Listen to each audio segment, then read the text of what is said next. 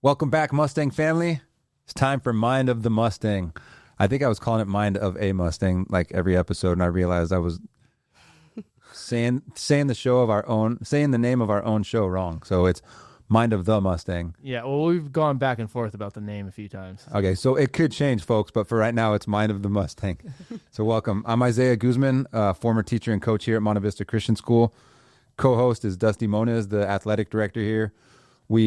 We've already confirmed that he was not a college brawler. Yes. He played college hockey, but he was not a brawler. Yeah, he's a good man. Skill guy. He's a good man, a skill guy. All right. But yeah, special guest today, as always. I'm just going to go quick on the intro. This is our cheer coach here at Monte Vista Christian, and she is Monte Vista alumni. Went here from 2011 to 2015. Went on to cheer in college at Azusa Pacific University. Has been the coach here, the cheer coach here for the last 6 years, right? Don't say anything. 6 years. 3 as a program director, and has also been a counselor here at Monte Vista. But now she's focusing on photography and running the cheer program and raising 3 young kids. And with 3 young kids of my own, I know that is plenty right there. She's married to Caleb. Yeah. Correct? Mm-hmm. Coach Caleb Menez. Caleb Menez. Yep. So I guess with the last name, we gave it away. Please welcome to the show, Izzy Menez. Yeah. Hey. What's up? You forgot one really important piece. She was the recipient of the Government and Economics Award in my class back in the day when I taught her. Oh, no way. You were a teacher? Yeah, she's. That's crazy.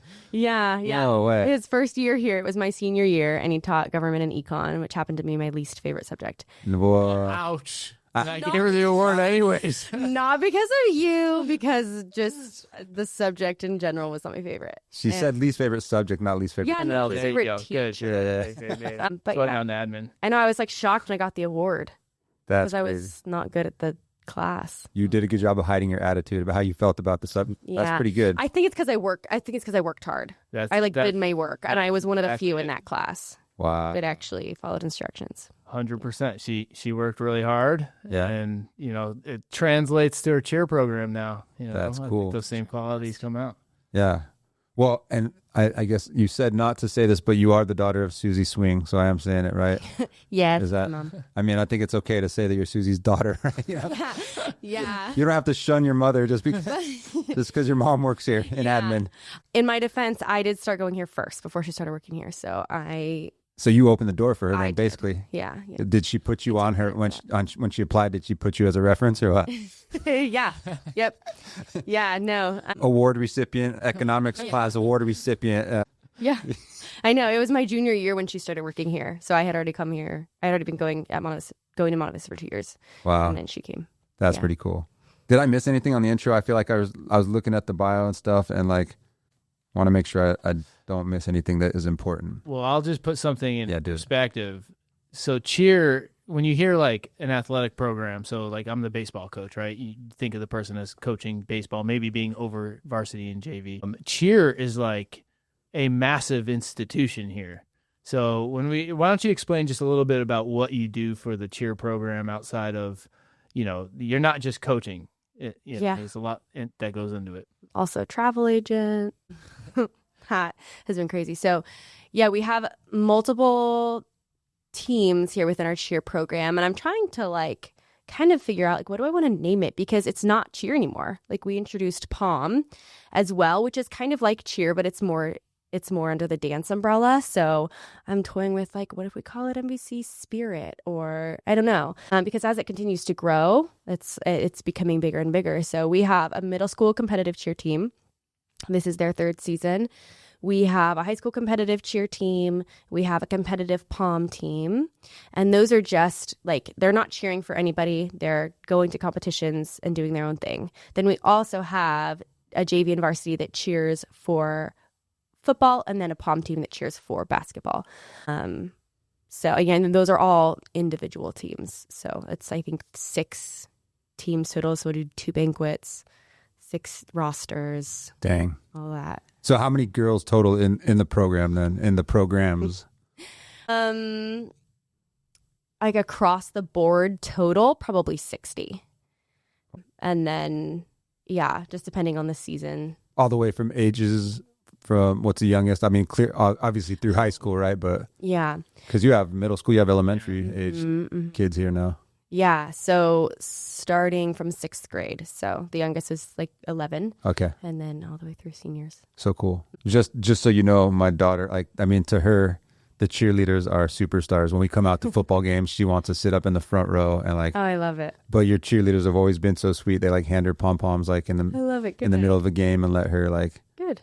shake one for a little bit, I'm glad they should. That's what they should be doing. Yeah, but to her, it's like being front row at a Taylor Swift concert, right? They're like superstars. Yeah. So. Yeah. That, I wanted to ask you actually, because there's been a few things I've seen this year that I'm like, you've built a tremendous culture around our cheer program. And I think our girls, they really embody, what we want to see out of our athletes. I think to the faculty devotion where I think they were all cheer girls, right? Were they all sing? Oh, that were singing? Yeah. Yep. Those were all cheerleaders. Yeah. And then just kind of when they're putting on their events, they're there, they help, they do all these I don't know, there's just a culture of serving each other there that I sense. And I don't know if we've ever even talked about that, but I don't know. Do you want to talk a little bit about just how you go about cultivating that and building that? Yeah. Well, I can't take credit for all of it because I have an incredible group of athletes. They just are inherently great, each and every one of them. So it's not something oh, Madeline and I are doing this, or Carly and Danny, those are our other coaches. We're doing this perfectly. It's we just have some really great kids. And I think the other part of it too is we really stress with them. We want the balance of being a confidant, a safe place. You can come to us. We're going to hear you. Even if we disagree with you, we're going to hear you. We're going to hear your complaint. And we're going to give you a response in love. That doesn't necessarily mean anything's going to change. I still, I'm going to hold the line, but you can come to us and we're going to give you love in our response. So they do always come to us quite frequently. And so I think that helps is knowing that we have that communication. And so they feel comfortable and confident. And then, just by the nature of being a cheerleader, you kind of have to be a little bit outgoing, willing enough to stand in front of your peers. I'm in a crowd full of people. So they tend to be a little bit more outgoing than your average student. Yeah. It makes sense. In general, the DNA of a cheerleader. Yeah. Yeah, totally. I probably should have prepped you for this question. I want to hear more about your family and stuff, you and how you met your husband and your kids. I want you to share about your kids because I think this podcast is a chance for people here to get to know you more than they do in passing, right? Or just seeing you as their kids coach. But it's a big question that people probably ask or that you've faced in your time as a cheerleader. What do you say to people who say that cheerleading is not a sport? Be careful with that one. I don't know you that well, but I get the feeling you can handle it. I feel like you got a little fire to you. Yeah. You can handle that question. Yeah. So get ready. Here it comes. That's a multi-level question. Which one do you want me to answer first? The cheer question? To people who say cheerleading is not a sport? Yeah. That one first. Yeah, let's go get them. Let's get that one, and then we'll get the family in there. Yeah, I think it's challenging because it's not a traditional sport in the sense that you think of the big three. You think of baseball, you think of basketball, you think of football. Those are the ones that come to mind when you think of sports that everyone seems to care the most about. And then especially in women's sports, I think, basketball and volleyball, those are the ones that also come to the forefront of your mind. With cheer, it started as a supportive role. And then it just continued to morph and grow into a really competitive, high impact, high risk sport. And I think it's just all of those generations that it was a supportive role. I think that's just ingrained in our minds, and people don't realize that it's a high intensity sport. For sure. And it's still called cheerleading, even when you see those competitive teams and the all-star gyms. They're not doing any cheerleading. Right. They're not cheering anyone on. They're not leading any cheers. That's still what the sport's called. Right. And that's just such a small part of the sport when you think of the grand scheme of things. Totally. So I was curious, what would you say then is the most difficult athletic move or aspect of cheerleading? Like, I mean, because I see girls out there doing, I forget, I don't remember, the backflip, the backflip thing, and the girl that's on the top, the flyer. Yeah. I think you're activating all of your muscles at the same time without stopping. So like when we think about our competitive routines, they're 2 minutes and 30 seconds long. That's 2 minutes and 30 seconds of nonstop, of like, it'd be like sprinting while you're also lifting weights at the same time for 2 minutes and 30 seconds without stopping. So it's exhausting. And so I think that's the hardest part, is just like activating everything, like your entire body at once, like 100% for like that 2 minutes and 30 seconds is like they come off the mat and they like puke or like that's have crazy. to sit down and like, That's cool to hear. We just had our Mustang Invitational, which shout out comp chair team because they won it. Yeah, that's so cool. Yeah, it was like a great win for us. Yeah, for the program, and you know, I this is the first time I've been an athletic director at a school that has a cheer program. You know, the first time you've seen a cheer competition, huh? Yeah, it's my first one. Nice. And it was like eye opening because it's like, you know, you see what happens on the sidelines, and you can tell like these are athletes. They're not, you know, they work hard. You see them out there practicing just as much as any other team, maybe more, honestly. But when I saw them in competition, that was a different thing because I could see the nerves and the preparation, and now they got their 2 minutes and 30 seconds, and that team went before them did really well, and like to watch that happen, and it felt very much like kind of what you would imagine in the Olympics when like somebody does like figure skating or something, or the gymnastics. You're waiting for the judges. Yeah, it's just like that. It's one of those sports where you do it once and then that's it. So if you go out there and you mess up or someone falls or whatever, well, you just lost, you know, like, and maybe you didn't, lose. It's all point-based system. But like that's what's so challenging is you have that 2 minutes and 30 seconds and that could either win or lose an event for you. That's brutal. Yeah. Like one of the other teams, like one of the kids was just running and it just got like real bad, but they were like moving in their formation, the dance that they were doing, and the kid stepped on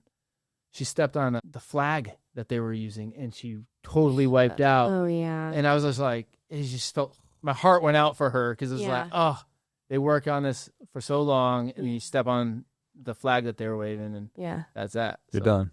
Yeah. It's interesting, and it's its own like unique little world and universe with its own rules, and so it's like so hard to explain. And especially like when I have cheerleaders who are just trying it for the first time, it's really hard for them to also get used to it because it functions as its own independent like universe. Yeah, I could see that. Absolutely. I feel like I got a bunch of questions down that avenue, but let's throw the family in there, then we'll come back to that. So tell us, so you graduated from here in 2015, went on to Azusa. Yeah. So it's 2025 now. So you're 25 years old now. I mean, 28 years old. And I've seen your husband around. I don't know him, but why don't you just tell us about your husband, give us your kids' names, ages, and then maybe give us a quick little story on how you guys met, how long you've been married, all that stuff, you know? Yeah. Okay. We actually met in middle school at youth group. No way. He was the youth group bully, actually. So he was super mean, and I was like scared of him. And then at church camp one summer, you know, it's like, oh, wait, this boy's actually not that mean, and he's kind of cute, and you know, all that. So we started dating in high school. He didn't go here though. He went to Hollister High. So he went to Hollister High, played football and baseball there, and then we both went to different colleges. I went to Azusa. I cheered there. He went to, called? I'm blanking on the name. Masters.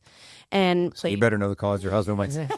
Well, he played baseball there. Yeah. We both only went, so like we were both only on campus for 2 years. After that, he wanted to change his major, and they didn't have the major there that he was wanting to go into and whatever. So he left, and then I was on track to finish early, so I just finished early online. And we got married. We were 20 when we got married. And then he joined the Army. That was like a fun little development. And I had been coaching. So at that time I was coaching here. I had kind of kickstarted their competitive cheer program. was coaching here for about 2 years, and then we left and moved to Washington, and that's where my older two were born, Oliver, who's 5, and Ewan, who's 3. So both those boys were born in Washington, and then we moved back, and I started working here as a counselor. Caleb went back to school, and then I came back to the cheer program. At that point, it was post-COVID. So like we left, did COVID in another state, came back, and everyone was rebuilding their sports programs post-COVID. So, we needed, new coaches, all that here. My sister was also coaching here at the time, so I coached with my sister for a little bit. And this is like year 4 of us being back. Yeah, and then we had one more baby. We had a little girl earlier this year. So. And her name? Jovi. Jovi, that's yeah. You told me. Yeah. Such cool names. So you came back. You didn't come back to coach specifically, though. You guys just kind of came back to the area, and then you wound up working here and coaching. And yeah. Caleb, when he transitioned from active duty to the reserves, the only way for him to go back to school was us to be close to family, have help, and all that. So, we moved back close to family, and I started working as a guidance counselor here, and was like, well, I've taken some years off cheer, and I miss it. So that's when I went back to that. That's cool. So. You said fun little development when he joined the Army. Yeah. Explain that. Was that out of nowhere? Did he come home and just said, "Hey, I just enlisted"? Or No, going to war. He did ask my advice first. No, yeah, he had been at Masters. He'd been playing college baseball. It was great, but he was pursuing a business degree, like business finance, and he's like, I actually don't think I want to sit at a desk for the rest of my life, being, a finance major. So he's like, I'm not going to continue to pay money for a degree that I don't think I actually want. So he put a pin in it, and then he went to EMT school to see like, oh, is this an avenue I like? And he really liked it. Like maybe fire, going that route? Yeah, he wasn't sure what he was going to do with it, but he's just like, I'm going to try it. He's like really science-y minded. And then he just was like, I feel like, I don't know, like the Army offers, this medic thing. It's kind of like an EMT. He was like explaining it to me. He like even had me like go with him to talk to one of because I was so skeptical. He had me go with him to like meet with one of the people, and he just like, I just feel like God's calling me to this. And I was pretty against it at first, but then I just feel like eventually I felt this same peace, like, okay, God, I guess you're calling us to this. And wow. Do you feel like the readout of that has been a blessing then, like good for your family? Like if you feel like God was calling you to it, you guys did it. And for sure. I think it was super great for our marriage, first of all, just because we moved away from our families, and we had to like figure out how to be adults on our own with no family around. And so it was really, really great for our marriage. We were able to buy a house. We bought a house up there. And we had I love that house. It's this teeny little house. It's like 1,000 square feet, but it was so cute. And it had this little backyard and this tree that would change colors. And I brought both the boys home to that house. I will always treasure our time in Washington. It was life-changing. I know that God called us up there for sure for a purpose. And there were so many of those like 18, 19-year-old guys that Caleb wasn't like kind of overseeing at that time, because we were older. We were 21 or 22. He joined at 21. And so the kids that eventually, like the kids, I say kids, they are 18, but they're still kids. Yeah. Like there was a few holidays of 4th of July where we had like a couple 18-year-olds over, and they're, from states away. They didn't have any place to go for a holiday. And I think that kind of paved the way for him to then also coach and feel like he also had a passion for that mentorship. Just mentoring young men. Yeah, totally. I'm curious then, being up there, well, first of all, did you guys keep the house or did you sell it? We sold it. Was that tough? It was because you bringing your first 2 kids home. Yeah. So hard. And for a while we were going to rent it out, but just managing a rental states away. It seemed like a lot. And so we sold it. But it was like a grief process I went through with that house. I was so sad. But I do think selling it was the right thing. And we were able to sell it to some friends of ours who were looking to buy. So we didn't even use realtors. We just like direct sold it. And so it was a blessing to them as well, because they also were really looking for a a house and wanted, an affordable buying option. So, yeah. Yeah, I can relate to that. Like, we've moved a couple times since we've had kids, and we didn't own either of the houses, but you get sentimentally attached to the space because you have memories tied, right? Mm-hmm. You tied to that space. You got pictures in there, and it's. I had noticed it's a lot harder for me to move because my wife and I, we've moved in our marriage. We've been married 12 years, and I think we've probably moved 12 times. Yeah. It's way easier to move when it was just us, but when you have kids each time, it's a little more difficult. Yeah. So I'm just curious, though, what was it being that's a young age to be married, 20 years old, and then moving out on your own up to Washington. So what was that like being that young, newly married, away from family, figuring it out? It was definitely hard. And I don't want to look back on it with like rose-colored lenses, like, oh, it was this perfect time. Because it was really hard. And there were times that I remember being stressed. Like, I remember Oliver was, how old was he? Just over a year, not 18 months yet. And I wasn't pregnant with Ewan yet. But Caleb was gone for this month-long training, and it's no contact. So, like, they don't have their phones or anything. But right before he left, I had gotten this call for, like, a job offer. It was, like, a part-time teaching gig at a Christian school in town. It had just, I don't even know, I think I saw it on Facebook or something. Like, it was so random. And I wasn't even really sure if I was wanting to go back to work, but it, like, popped up. And it's like, okay, I'm going to apply for it. I got an interview, and then he left. And so I had to make the decision whether or not I was going to take the job while he was gone. I had to figure out daycare because the job was starting in 2 weeks. This was like early August, and their school year, their teachers came back the last week of August. So I had like basically 2 weeks to figure out like, okay, where is he going to go to daycare? I was like calling all these daycare places, and with the military, they help subsidize childcare. So I had like all these forms I had to get. I had to like dig through his like military paperwork to find these different forms I needed to submit as well. It's like things like that were really stressful, but I figured it out. And he came back, and I was like, yeah, so this is my job. I go to it from this time to this time, and Oliver goes to daycare from this time to this time. And yeah, and like we had already started work and school when he had come back too. So he just has to step back into your life. Like, you've got this kind of like, you're like living the single life, single mom life. And you're like, you have to establish certain things, and and he comes back, and you're like, this is the program, kind of. Right. Yeah. That's difficult for sure. Yeah, those types of things. I remember signing like a power of attorney. Wow. Like all that too. Like, well, okay.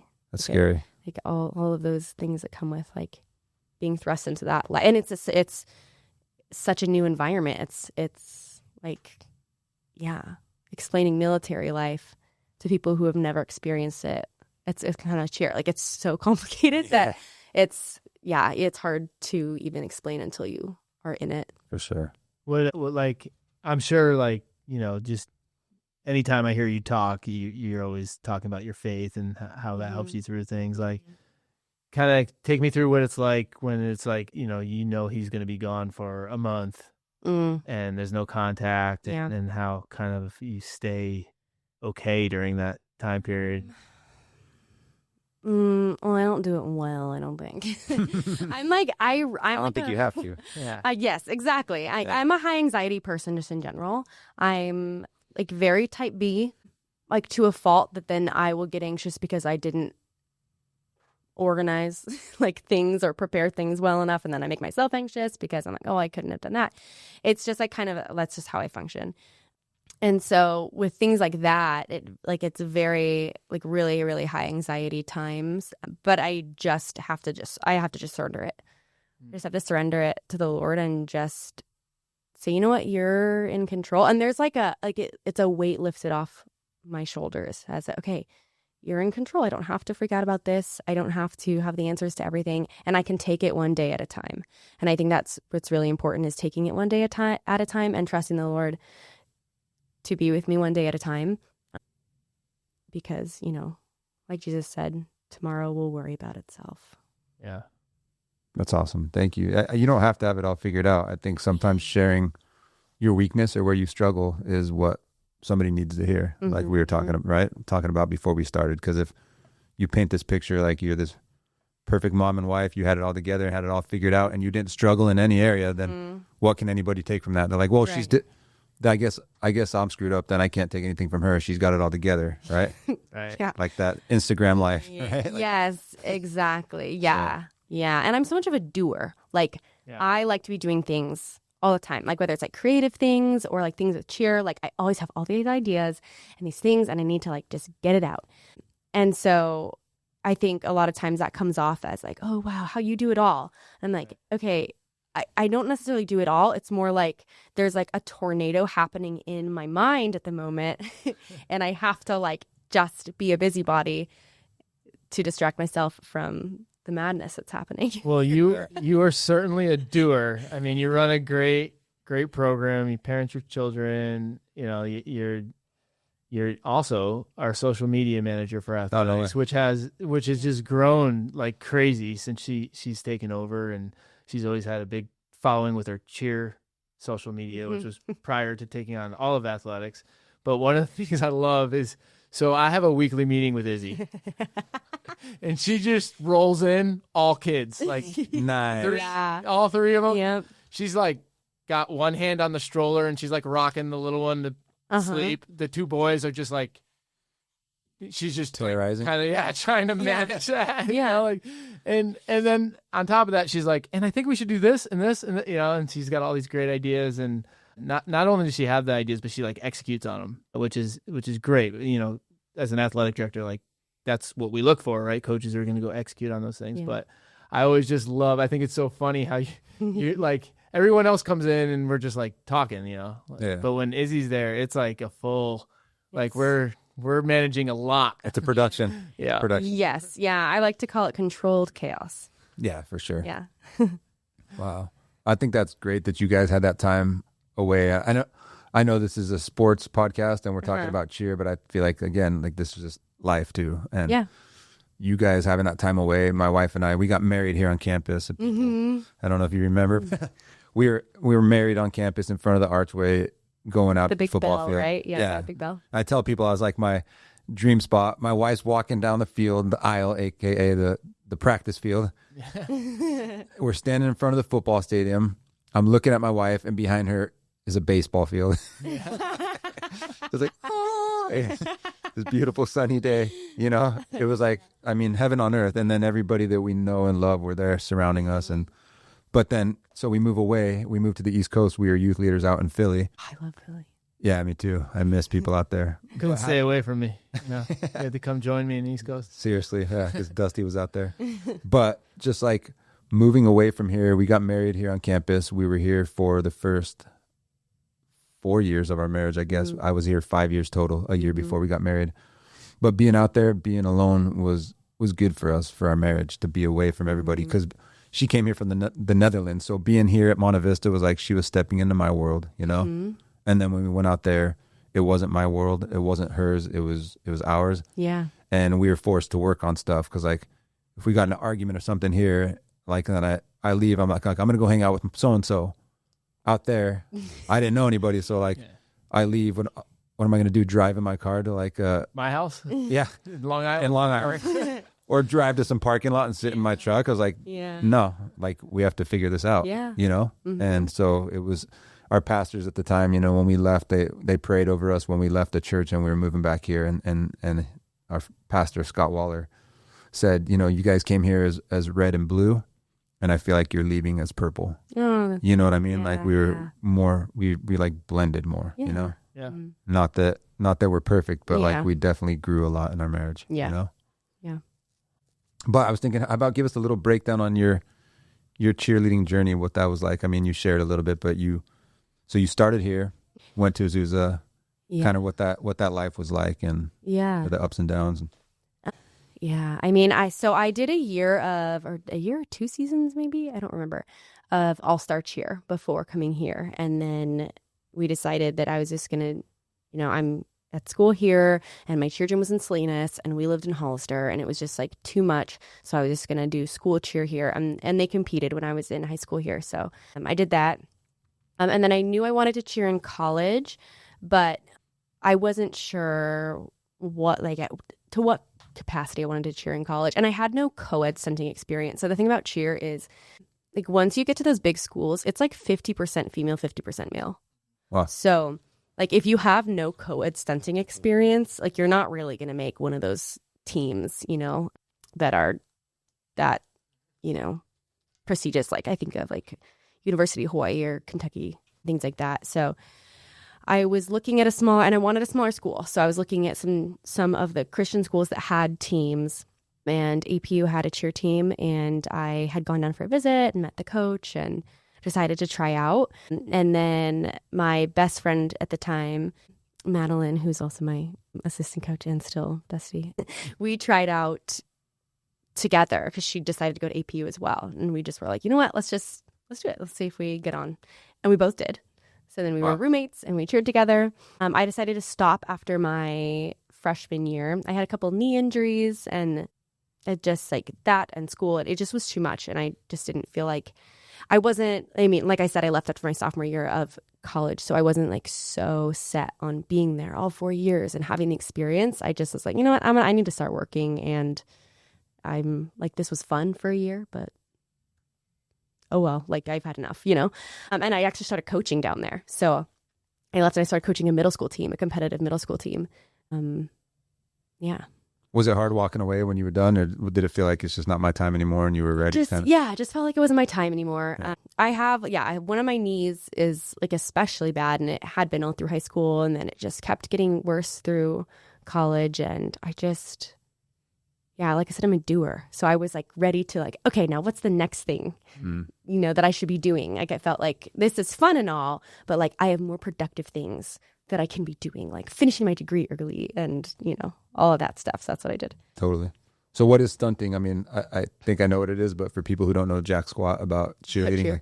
Yeah. Stunting? Yeah, stunting. Stunting is the process of like putting people in the air. So when you see, So I figured. Yeah, lifting people around, that's stunting. And a stunt group is usually comprised of 2 bases, a back spot, and a flyer. So one person per leg, usually a back spot standing behind, holding onto ankles, and then a flyer in the air. Yeah. So one of the things that I've learned about cheerleading is it is actually one of the most dangerous sports you can participate in. Yes. I don't know. Just I think I thought it was interesting, just kind of learning about like what are some of the risks of cheerleading and what is kind of the protocols that are taken to make sure that our kids are safe. Yeah. Well, I mean, anytime you're putting people in the air, that's a risk, right? And I think that's why it is considered such a high risk sport or a high impact sport, because you're putting people in the air, you're lifting other people. We take a lot of precautions, so we have mats. We have cheer mats that we use, and there's like a regulatory thickness that they need to be. They need to be minimally 1 3/8 inches thick, I believe. And we have 2-inch thick ones, though. So all of our mats are the 2-inch, so they're a little bit thicker than regulatory size. We take them to camp every year, at cheer camp.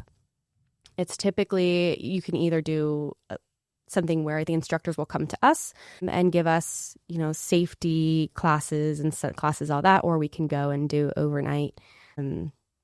Same thing. So we have outside instructors come and teach about safety and fundamentals and all that. Yeah, tumbling. Right now we don't have a ton of tumblers. So we're working on having our cheerleaders go to like a tumbling gym and getting more tumbling practice. I can help up to a back handspring. After that, I'm not super confident, so I'd rather them go to like a tumbling coach. So that's where it can get tricky too, is like in the middle of a tumbling pass, if you hit each other. Yeah, hit each other, or you kind of like get nervous or something, and like while you're midair, like that happens sometimes. I know with other sports, you have mental blocks. Yeah. Tumbling, mental blocks happen all the time. You'll be midair. Baseball, we call it the yips. Yeah, yeah. But if you get yips while you're upside down, it's a problem. Yeah, throwing a ball back to your pitcher is a little less risky, to your life. Exactly. Yeah.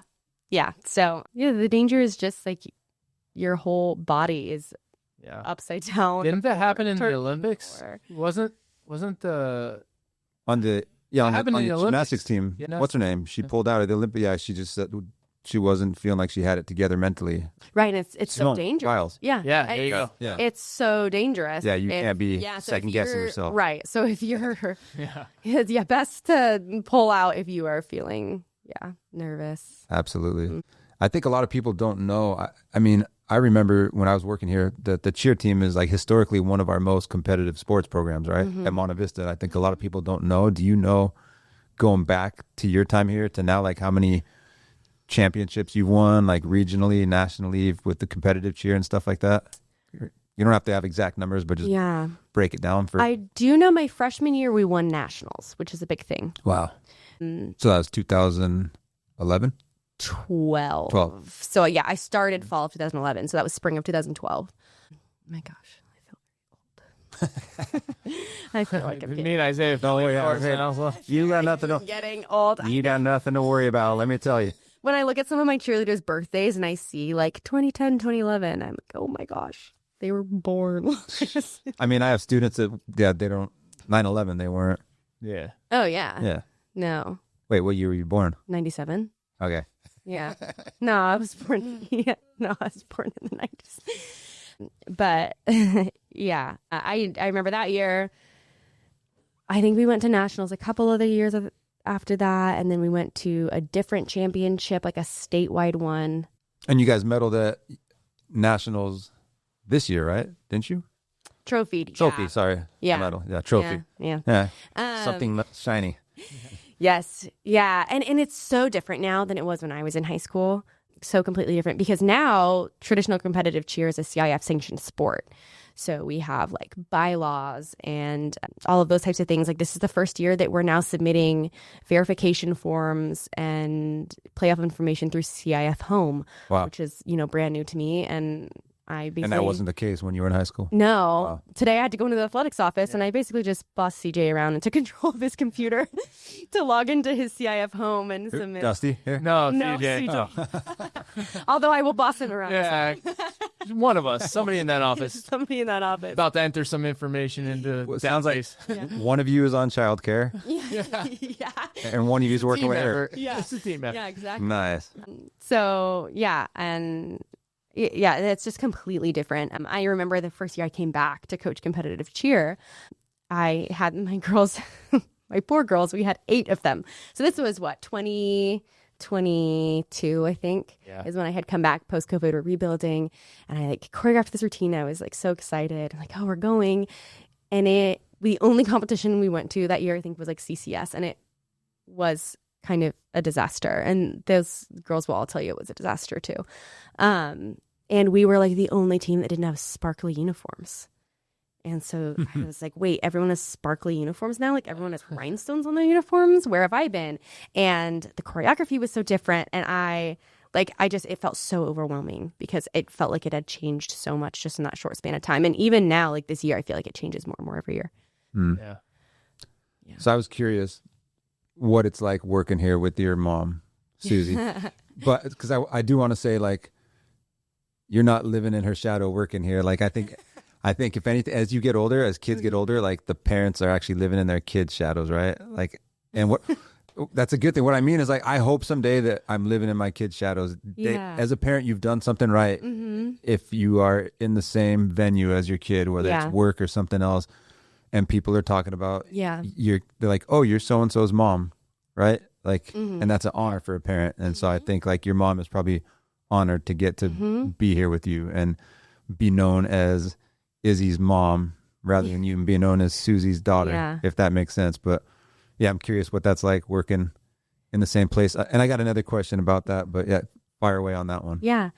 Well, there was a couple of years where my sister also worked here. So we had moved back and my sister and I both worked here with my mom. And I think that was just a really great time for the three of us to just in our adult lives get to spend time with each other, work together.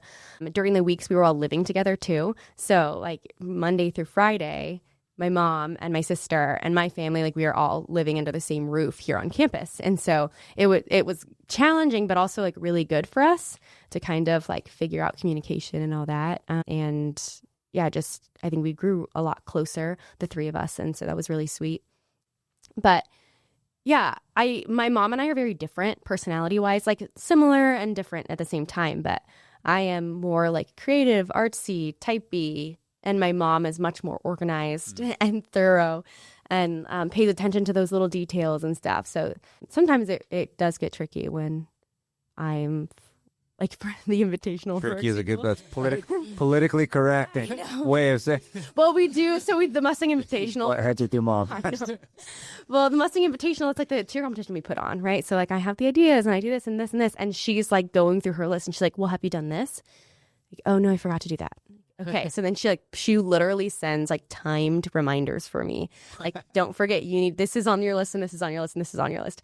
So it's good. I mean, like we kind of like help each other like stay in balance. But well, that's why that event was so awesome because it's creative. Like the thing you guys did with the dads was they made the What did I want to hear? Oh, did they cheer? Yeah. So the dads had to do the dad jump off. Yeah. You have to do like a move, like a tumble or whatever. And then they get prizes if they win. That is awesome. Yeah. Were there good moves or was it all just goofiness? Like one of the dads like kind of nailed it. You know, I was like, I wonder if he's done some of this before. Yeah. And it's like by crowd, like cheering, right? Whether or not they win. So like, you know, you have like their team, their child and their teammates like screaming, jumping up and down. So then when, that's fun. Cool. No injuries? No. I was actually thinking like we should have these dudes sign a waiver. But the creative side of the event, like that was a fun event to go to. The music, everything, the way it looked in there, like all very good. And it went smoothly because of my mother. There you go. So it was a combination. Dream team. I mean, I get that. I'm more like you. I'm more type B personality kid, but my wife is type A. So and Dusty worked with her in the dorms. He knows like she doesn't miss details. Like nothing. Like, and so we need those people in our lives, you know? Yeah. You're like, I have this grand dream. And they're like, well, how are you going to fund it? You're like, oh, yeah. Yeah, exactly. But I was just, I think it's so cool that you're back here and you're serving the Lord. Like you went to Monte Vista, you went away, got married, you're back here. And I don't think you realize how rare that is. Like, I think there's so many young people that like walk away from the Lord. Honestly, I know students that were here that walked away from the Lord after they were here, and that are no longer walking with the Lord, don't believe at all, or they're just struggling, and then they do believe, but they're not maybe walking the walk. And so I'm just curious, like your parents must have done something right, or there must have been something that you got here at Monte Vista that strengthened you in your walk with the Lord. I'm just curious, like what your thoughts are on that, or what your story is. And obviously there's the Lord's grace, because sometimes you can have none of that and still come to the Lord later in life, right? But I'm just curious, like maybe you could share what this place was to you when you were a student. Yeah. What your parents did right. Yeah. Yeah. I mean, there was so many things that I could say that contributed to like just my development and growth. I think what was really helpful for me, both at home and here at Monte Vista, was the freedom to explore, like ask hard questions, the freedom to ask hard questions and get answers in an environment that was safe and comfortable. I know, especially like at home, like my parents were just very transparent parents. Like, yeah, this is how this works. And this is the consequences of this. And so like whenever my sister and I had questions about things, it was just always a very transparent answer. Like, yeah, well, this happens and then this happens. And then that could potentially be the consequence. So just know that that's how that works. And like, oh, okay, well, that makes sense. That's logical, Yeah.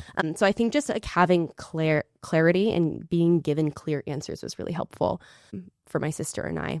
I'm also just by personality, not much of a, like, I'm not really an adrenaline junkie. I'm not one that needs to like test the rules.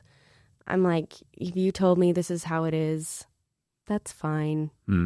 Like, so you're not a prodigal child. You didn't need to go off to like the deep end and rebel and all that. Yeah, I'm like kind of a homebody.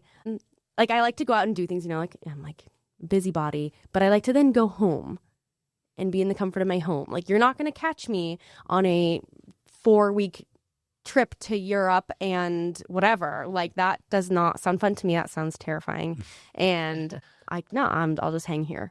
So I think it also helped that like my personality was not much of like a tester.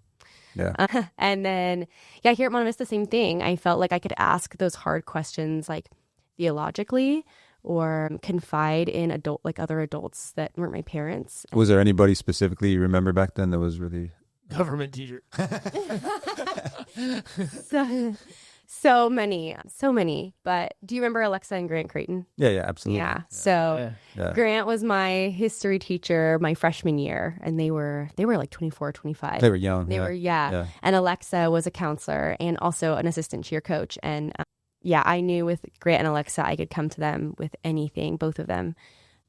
Yeah, I was really close with them. They were really important in shaping me throughout my teenage years, and just because I do think teenagers need somebody that's not their parent, a safe adult that's not their parent, 100%, that's going to speak life into them, speak truth into them, and that's what I needed, because adolescent children are going to rebel or say that what their parents are saying is false, because I did it, and now I look back and I'm like, oh wait, my mom was so smart. Yeah. And now you get to be that for all these girls that you have in cheer. I love my cheerleaders. Yeah, and I know that there will come a time that my boys and my daughter will think that everything that Caleb and I have to say is dumb, and they don't want to listen to us. And I really hope that they have a coach or somebody that they can go to and get life spoken into them. Totally. I mean, it takes a village.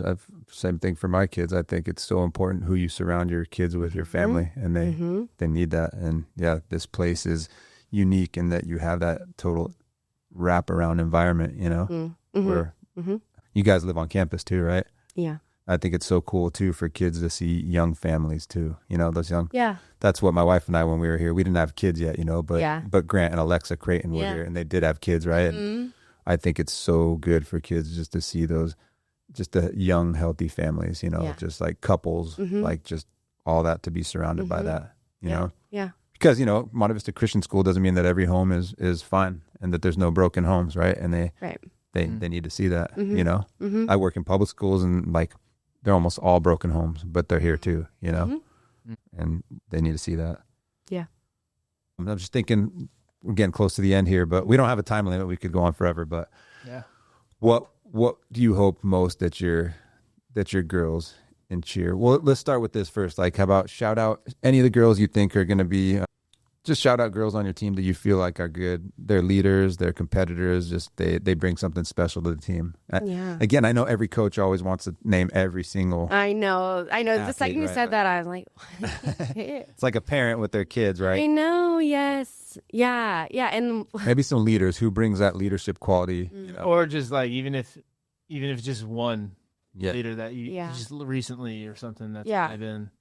I mean, so many. But I have a junior right now who has stepped into like a captain role in our comp team. And I saw that one of our local cheer gyms, Fusion, was doing like a stunt clinic with some Weber State cheerleaders. And if you don't know Weber State, they are like national champions, co-ed cheerleading, like so good. So the second I saw it, I was like, wait, it's coming here? Like, I messaged her and I was like, you need to sign up for this because you can get co-ed experience, co-ed flying experience. It'd be great. And she jumped on it literally that night. She was like, okay, I signed up, and I signed up for the clinic and a private. And then I was like, okay, I'll go too. I'll go with you. And I went for a little bit and watched. It was in Hollister, and she did amazing. It was her first time ever flying co-ed stunts. And she was like hitting these incredible things. And she just puts in so much effort. Like, she has such a high work ethic. Name? Oh, Lala. I'm like, I'm just talking about it. Yeah, Lala, she's a hard worker. She's kind to her peers. And she just takes initiative. And so, if I could just replicate her. But I need some taller versions of her too, because they can't all be 5 feet tall. Yeah. To lift each other. But that helps though when you're flying around, right? Yes. Yeah. Anything? Well, not off the top of my head. I was just thinking about the rest of your season here. So what is next for cheer? There's always something next for cheer. Well, there's two. Competitive cheer has their thing, and then and then the pom team too. So we're going to nationals in Las Vegas in February. So, and this is the first time the whole program's going. So middle school is going to nationals, and Palms. First we ever had a Palm team, and they are going to nationals and our competitive cheer team. So we have a regional this weekend. High school cheer has CCS championships next weekend. Then we have nationals in February. I'm pulling Dustin. We're just barely figuring out how to handle our sound here on the show. I'm pulling a Dustin. I'm like pulling away from my. I signaled to Avi to be closer. Be right on top. Yeah, I know. And then we were just talking about this. Yeah. So nationals in February. And then Where is nationals? Las Vegas. Yeah. And then we're looking at Just where you want to bring a group of. I know. I know, right? No wonder they're like all dads attend. I know. Yeah. In the nationals. I'm very strict. Like they're flying with us. They are staying with us. I'm taping their doors at night. So, and then I will check multiple times whose door has the tape broken. Nice. Hear that, kids? There will be consequences. Yeah. But yeah, exciting stuff. And then we'd get a month or two off, and then we have tryouts in April for the fall season of football and stuff like that, so we can prepare and get uniforms situated. And our hope is to add Palm for fall as well. That's right. So we're hoping to expand even more. It feels like every year we expand more and more.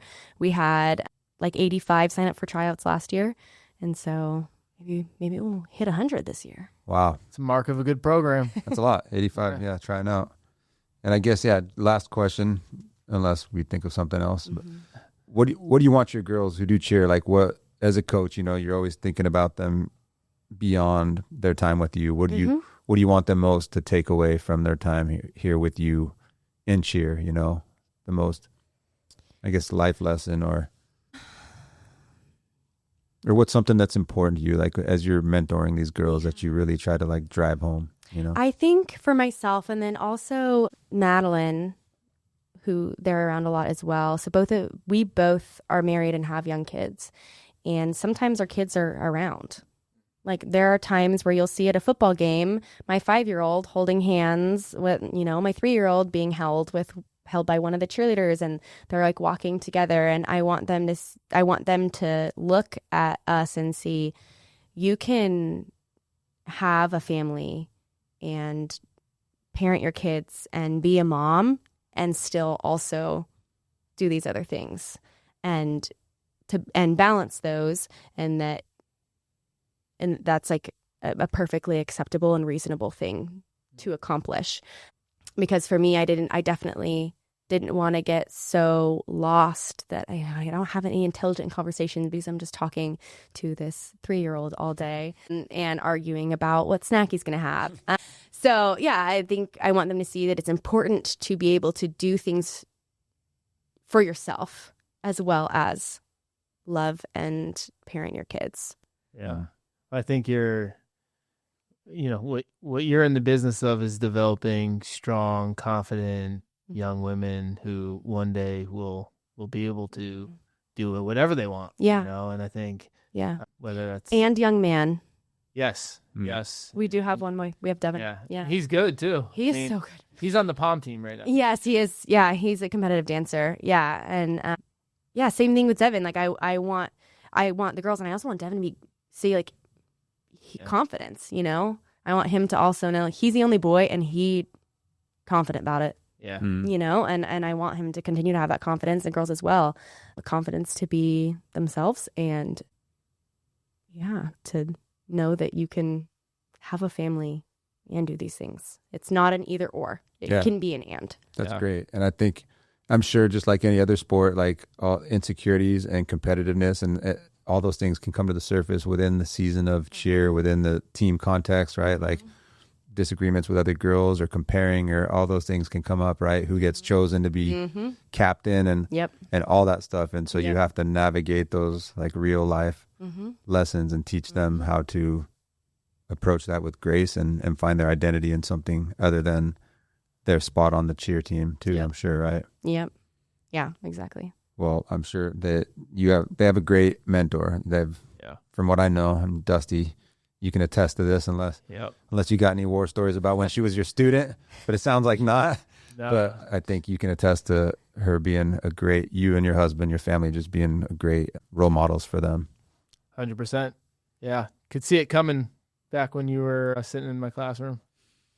See, the thing is, I don't even remember what I was like then. Like, I have blocked out most of my high school memories. I don't know if he even really remembers what I was like. Which I remember. Trust me. No, he's like, we can go back in the grading system. Listen, I will say this, and I really mean it. When I first stepped into your classroom, I remember being like, because it was all football guys and a couple cheerleaders, and I was like, what's about to happen here? And they acted like kids would act, who are a bunch of athletes, but they're just really kind in a sense of joy. And I've always thought that about Monte Vista. It's part of the reason why I've been so attracted to this place and why I came back. Yeah. So. Heck yeah. Well, thank you, Izzy, for coming on. Yeah. It's been awesome. Yeah. Thanks for having me. I forgot to say at the start of the show, too, podcast. You can find us Spotify. You can say that now. Spotify, Apple Podcast, listening. and YouTube. Hopefully you made it this far and can hear where. Well, most people, if it's boring, they'll skip to the end anyhow. So. Oh, okay. In journalism, they always say the most important stuff at the beginning and the end. So. We'll have our media manager get a few clips from this one and throw it out there. There we go. Yeah. Right on. See if she can do anything. Yeah. Sweet. Thanks for coming on, Izzy. Thanks. Mustangs. We'll see you guys next time. All right. Bye, everybody.